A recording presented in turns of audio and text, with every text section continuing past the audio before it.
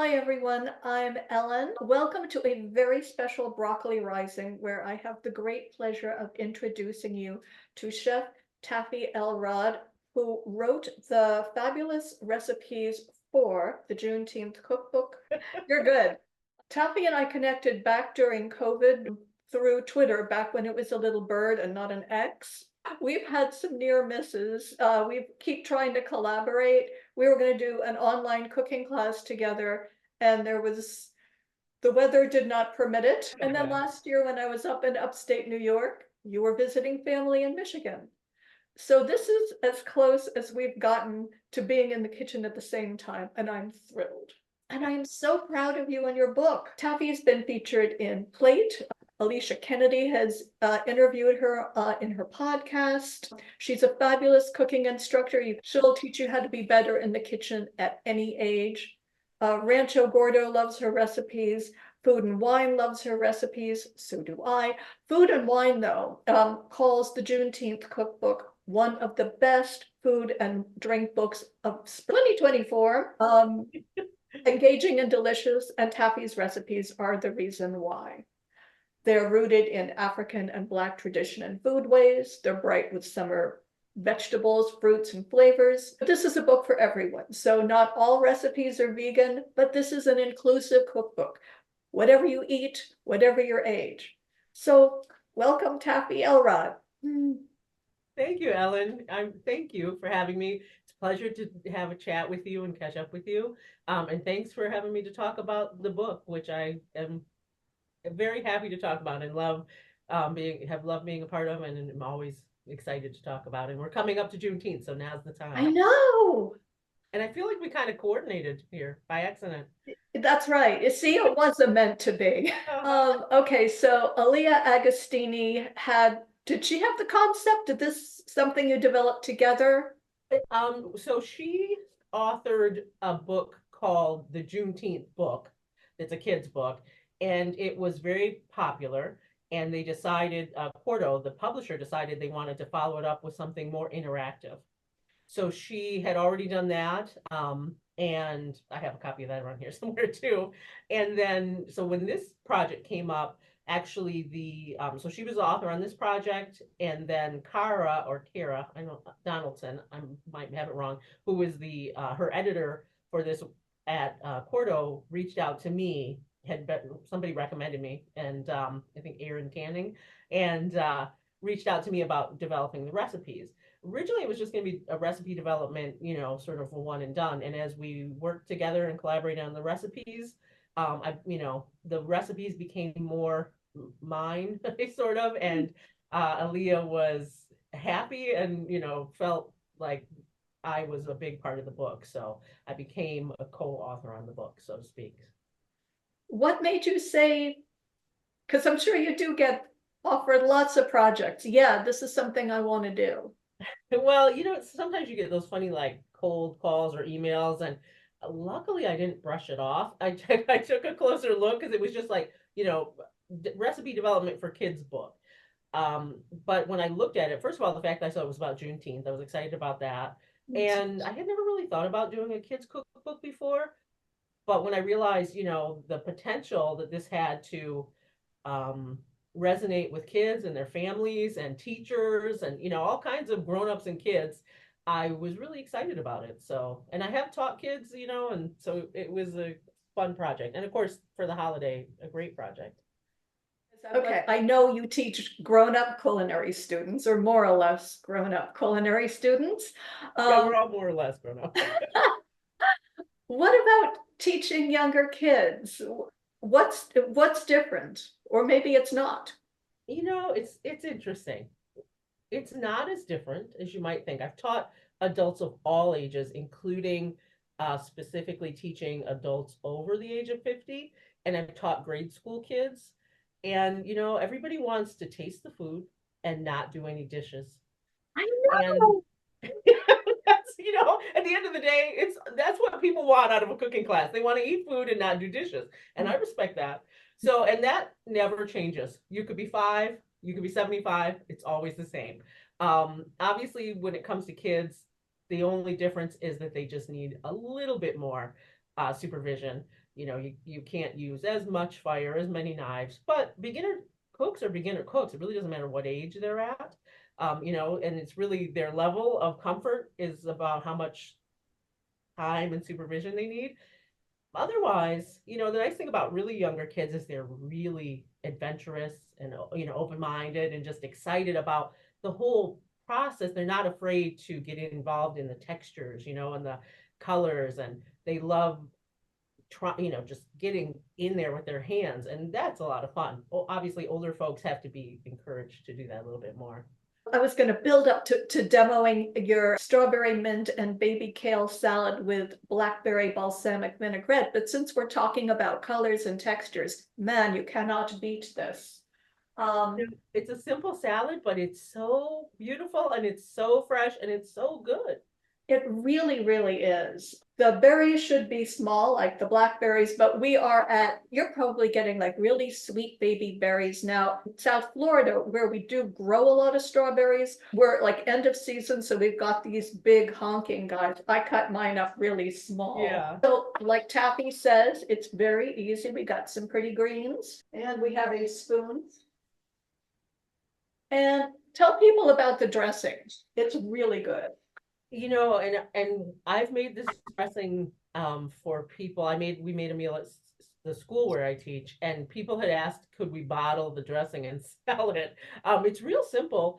I don't know, maybe you remember the old days, the raspberry vinaigrettes, so it's a blackberry balsamic vinaigrette. So it has a blackberry jam or jelly and good quality balsamic. Hopefully, if you have some olive oil and Dijon. What did you use? Agave maybe to sweeten it? Exactly right. Taffy's recipe does call for a little honey. There's a little honey. But if you're vegan and don't want to use honey, you can use agave. Agave is great in it. I've made it with agave. It's great. Yeah. And if you really want to stick to black foodways, you might want to look for sorghum syrup, which you used to be able to find all over the South and not so much anymore. Yeah. It's the only problem with it is perhaps it might be a little thick, a little thicker to incorporate. But yeah, I mean, of course, any sweetener, any syrup, it would change the flavor, but you could do a maple syrup. Yeah, but the idea is for it to just be light and punchy. It's got a nice kick to it. Yeah, and It it's absolutely does. And the great thing is it makes a generous amount. So you're going to have enough for your salad. And I've already got some leftovers. I've got some leftover rice from last night that was kind of plain. I'm thinking like chopping up an orange, adding some of this, like, Oh, oh, that sounds good. Yeah, I think even like tofu skewers. That's hard to say, but like let's say you grilled some tofu, you could brush it on there. Tempeh. I'm always. Me too. You know Oh, I what? love I had tempeh. no idea we were fellow tempeh lovers. Oh, I want to finish with some mint leaves, and that's it. yeah. Oh, And the mint leaves in there are so fresh. I love mint. So, but yeah, it's so much flavor coming at you. And the nice thing about the dressing is it stays emulsified. it So if you put it in does. your refrigerator, it won't separate out. That the jam is enough to keep it emulsified with the Dijon. And follow Taffy's directions. She says for best flavor, you should at least refrigerate it for half an hour. And it's true. When I tasted it the first time, it was like a little sweet, but everything came together. You're so good. Yeah. I'm glad you like it, Ellen. In the Juneteenth Cookbook, Aaliyah writes about her family's Juneteenth food traditions growing up when she was in Buffalo. Like the recipes you have to have there, like mac and cheese and potato salad. And there's also the subtle traditions too, like the side eye you give someone who actually buys potato salad instead of make it yourself. Um, The audacity. so what were your traditions growing up? How did your family celebrate? Well, full disclosure, we were a family that didn't really celebrate Juneteenth. I knew about it, but not all families celebrated it back in the day. It's definitely come more to the forefront, as time has gone on. Some people did, like Aaliyah's family. Some people, even though my paternal grandmother was from Texas, sometimes I think she just wanted to leave a lot of Texas things behind when she came to Michigan. Yeah, old times. So we didn't. It wasn't until I was older that I started to really, be involved in Juneteenth, but I will say though, those foods, are integral to a lot of people's holidays and celebrations and cookouts, whether or not it's for Juneteenth. So, potato salad and mac and cheese and deviled eggs and all those foods are foods I absolutely grew up with and enjoy. And so that comes from a very Hibiscus. genuine place. Oh, is that the high? Did you make the freedom fizz or the Yes. hibiscus? The freedom fizz, yeah. Which that for sure. My grandmother was a big one for mixing seltzer or soda water with like juice or some. I grew up all natural, so yeah, Right. Hmm. that's the tempeh perhaps, but so yeah, all those beautiful red drinks and those are all a part of our heritage as not just African Americans, but often, Caribbean people with African descent. And, these are things that are coming through our heritage all over the world. So, that's a beautiful part of it. And it's so nice to have that connection and to start to see it come, more to the forefront and be like this celebrated, nationally as a federal holiday. What went into developing the recipes for you? Well, it was a collaboration back and forth with Aaliyah and myself. She had ideas, and sort of a working list of things she thought she wanted, and then she just sort of once she knew, she felt comfortable, she just sort of turned it over to me, develop the recipe. So I sort of, I just had an idea or whatever, and then some of them were pretty simple and straightforward. I was a once or twice, some of them needed a little more finesse, but I cooked through all of them, and then she cooked through most of them with her kids.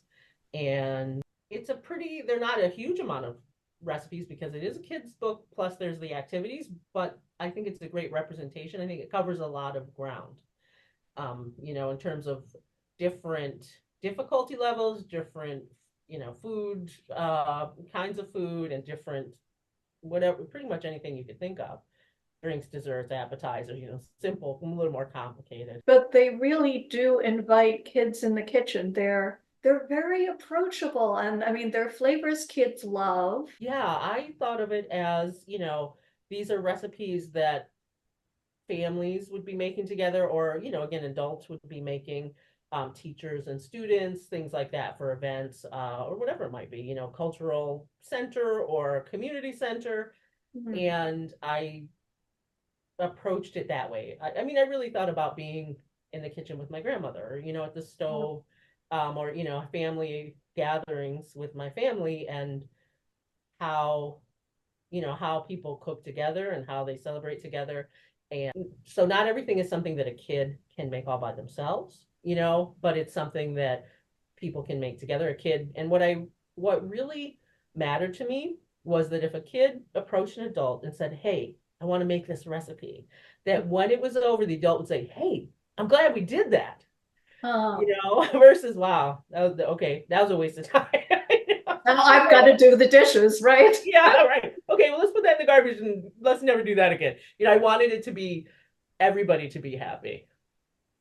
Oh, I think everyone will be. The book is such a charmer. I know you were very nice to grant me a little time now when you're finishing end of term. So what's involved for you now? Well, I have a very busy month ahead of me. We're finishing up here at school. We've got commencement, student recognition, end of year celebration, on and on. And then I also will be traveling. I'll be in Chicago, for James Beard events, and then the book. So we've got book tour events. I have a calendar, I don't have it in front of me, but we'll be at MoFad, which I'm really excited about, in Brooklyn, the Museum of Food and Drink. We'll be with BEM Books, which is a Black woman-owned book shop, which they are mainly doing pop-ups and things, but I think now they're working on an actual brick and mortar store. They're doing a Juneteenth event, that'll be great. And then locally, there's a Juneteenth event happening on Juneteenth, here at a place called June Farms. Good name for it. And that'll be in the evening, and there's going to be all sorts of local vendors and food and events, and I'll be there signing books and selling books. So June is going to be a mega month. but it's all good stuff. So, I can't complain. I But know what chefs create for others and what you guys eat at home aren't always the same thing. So you and Pizza Man, as you call your guy, what do you guys like to eat when you don't have to rush out the door and be anywhere, where you can just be yourself? What tastes like home to you? boy, that's a great question. And it changes over time. Like, so right now, my husband has just planted some fruit trees that, we finally can have our own fruit trees in our yard. We definitely lean hard into a lot of produce. So fruit and vegetables in season and, and a lot of like dried fruit and nuts. He's from an Eastern European background that has a lot of Turkish influence. And I grew up in a place where there's a lot of Greek, Middle Eastern, African American, and Eastern European food in Michigan. So for us, a lot of it used to be things like, bread and eggs and feta cheese and things like that.